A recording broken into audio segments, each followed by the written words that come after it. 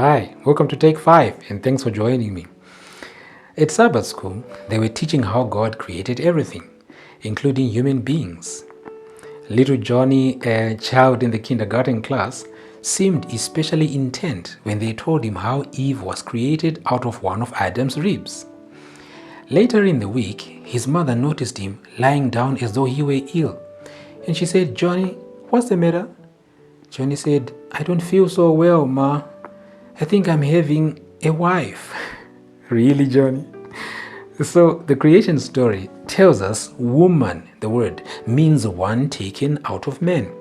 And so the helpmeet, the heir under man's wings, is an integral part of his life. While man, the support system for the wife, the priest, provider, and protector, is the perfect fit for the woman in marriage that God provided. However, when the battle with the COVID-19 invaded normal life, for the whole world, it also brought fights in one's happy marriages.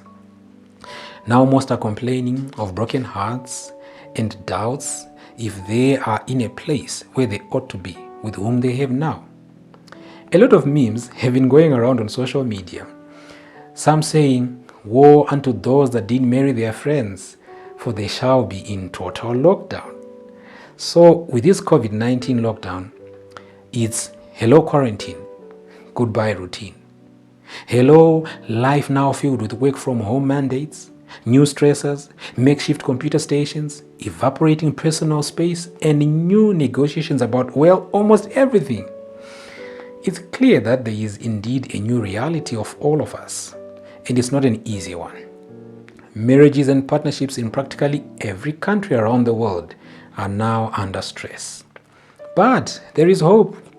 Stress doesn't have to result in a complete systems failure, and the marriage clashes are going to be more and more as we adjust to this change of everyday life. We have to come up with ways of making it work, because remember, God never has plans for you go your way, it's not working. Recently I saw a video of a man who pretended to be fixing the roof, took his toolbox, cooler box and his drinks and his foldable chair. Once in a while, he would hit the roof with his hammer, pretending to be working while sipping his cool drink. Now that couples and kids are in the same area code 24/7, the bond of our relationships is tested. People are asking questions like, who did I marry? And do I really have to live with this person forever? It seems now our jobs and schools were hiding our spouses, parents, and kids from us.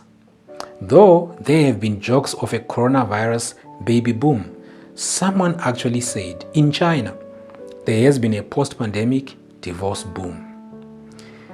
I'm told of another married couple that had a quarrel and ended up giving each other the silent treatment. 2 days into their mute argument, the man realized he needed his wife's help. In order to catch a flight to Chicago for a business meeting, he had to get up at 5 a.m. Not wanting to be the first to break the silence, he wrote on a piece of paper, "Please wake me at 5 a.m. sharp."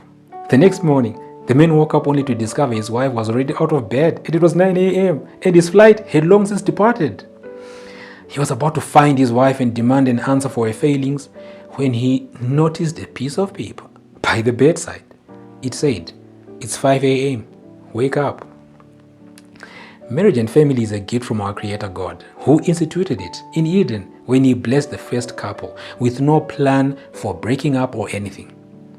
Now we are living in quarantine, and you can see even the happiest of couples are feeling the weight of financial shifts, dwindling space, and a yearning for the return to old rituals and routines. For many couples, the mundane moments of life before have become attractive, almost nostalgic. Regular bedtimes, morning commutes, and end-of-day greetings. We didn't know how much we loved how boring it was. And now that we can't have it, we miss it and we want it. Another couple, like some others, are mourning the loss of their old morning routines. Now that days, nights, work, leisure blur together without clear boundaries. So after a week or so of angst, they begin a new practice. They get dressed in their work clothes, pack their lunches, and kiss each other goodbye. Then each of them walks out of the front door, around the block separately, and then back in the door separately again, ready to begin their work days. They do the same later in the day to mark the end of work and the beginning of family time. Darby Saxby, an associate professor of psychology at USC, suggests a few tips for healthy relationships in quarantine. The first, Saxby says, communicate. Don't expect other people to read your mind. Rather be proactive and avoid things exploding when they could have been avoided. You can't control other people's moods, but you can take more time to be aware of your own. Even in quarantine, one can find some alone time somewhere, somehow, to refuel and rearrange thoughts and feelings. Secondly, Saxby says, compromise. Most of us, we live in a perfectionist world, but we don't live in that world in reality. Let go of what your ideal self would be doing right now and embrace what your actual self is doing to cope under these extraordinary circumstances. Nobody is going to win any parenting awards right now. No one is going to win any housework awards. So Saxby goes on and says, we are all trying to get through this one day at a time and not compare ourselves to other people or have really rigid expectations for how we are going to perform. I think it's important to not just apply that generosity to ourselves, but to our partners as well. They are going to disappoint us, and we are going to have to find ways to live with that. Lastly, Saxby says, courtesy. Be kind to each other and to yourself. It sounds cheesy, but the magic words we learned in kindergarten will go a long way right now. Words like, please, you're welcome, I'm sorry. Those words make a huge difference to creating a sense of request rather than demand, creating a sense of someone has a choice whether to help you rather than you just expecting that things happen and happen your way. Disagreements will happen. The schedule that worked perfectly for you months ago, your spouse and your kids last week even, might fall to pieces this week. People like routines and consistency, and that's all been ripped away from us. It's okay that you are stressed out about it. But the most important thing you can do right now is to practice compassion toward your spouse and yourself. When Mr. and Mrs. Henry Ford celebrated their golden wedding anniversary, a reporter asked them, to what do you attribute your 50 years of successful married life? The formula, said Mr. Ford, is the same formula I have always used in making cars, which is just stick to one model. My friend, we are created in God's image, male and female, designed to live in relationships with marriage as God's ideal, to live in harmony, and for children to grow up in security and love. 1 John 4:19 says, we love because He first loved us. Commit your relationship to the Lord, even in this quarantine time, and when it's all done, more vibrant families will emerge. Take 5 is a show produced by the Chizipiti Church, a fountain of love, and is made possible by support from many partners.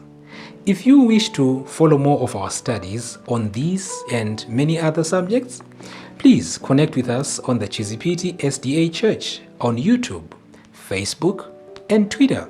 Like our platforms and share with us your comments. We also have our plug-in team ready to pray with you and encourage you through life's challenges. So please connect with us and would love to pray with you. We can't wait to hear from you.